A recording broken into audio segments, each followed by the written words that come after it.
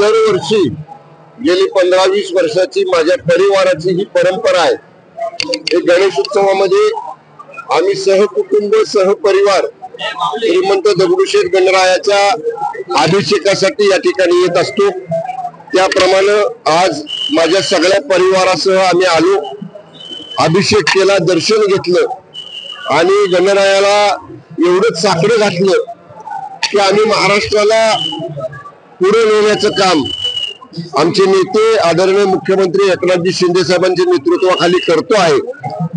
आमच्या या कार्याला, आमच्या या कामाला आशीर्वाद श्रीमंत दगडूशेठ गणरायाला द्यावा आणि देशातलं पहिल्या क्रमांकाचं विकसनशील राज्य म्हणून महाराष्ट्र पुढे नेण्याची ताकद, आशीर्वाद गणरायाला आम्हाला द्यावा। महाराष्ट्र सुख समृद्ध राहावा अशी प्रार्थना गणरायाच्या चरणी मी केली। आताच विरोधी पक्ष नेते आम्हाला दानवे आले, तुम्ही भेटले, एकमेकांना गाळा भेट केली, असं आंदोलन केलं, काय बोलले?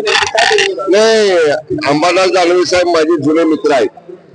आम्ही एकत्र अनेक वर्ष काम केलेलं आहे आणि आज आमची भेट झाली। ते पण दगडूशेठ गणरायाच्या चरणी नतमस्तक व्हायला आले होते। मी पण अभिषेक करून आरती करून परत निघालो होतो। ते येताना आणि मी जाताना आमची भेट झाली। नेहमीप्रमाणे कसा बरा आहात का, माझ्या परिवाराची त्यांची ओळख करून दिली, एवढंच, बाकी काही नाही।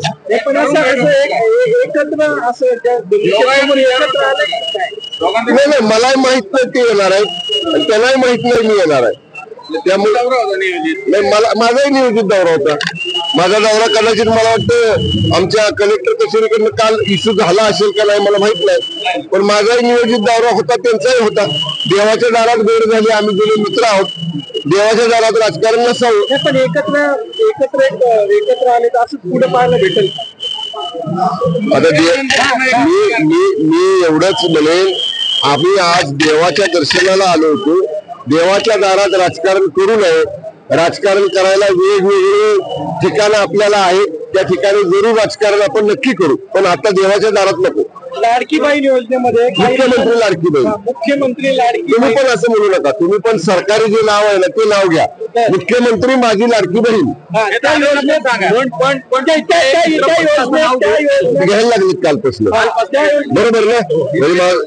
नाही, काय व्हायचं, थोडस नवीन योजना होती आणि मग योजना घेताना बऱ्याचदा असं व्हायचं, अनावध झालं। पण आता काल परवापासून जर बघितलं तर आता सगळे पक्ष महायुतीतले या योजनेचा उल्लेख करताना मुख्यमंत्री माझी लाडकी बहीण, आणि तुम्ही जर पाहिलं तर 2 दिवस झाले मी मतदारसंघातल्या 15-20 गावांमध्ये 100-125 महिलांना भेटलो या योजनेच्या संदर्भात। माझे व्हिडिओ आहेत माझ्या मतदारसंघातले, की महिलांना विचारलं की ही योजना कोणी आणली, तर महिला स्पष्ट सांगतात शिंदे साहेबांनी आणली। त्यामुळे महिलांच्या मध्ये हे नक्की आहे की ही योजना शिंदे साहेबांच्या नेतृत्वाखालच्या महायुतीच्या सरकारनं आणलेली आहे।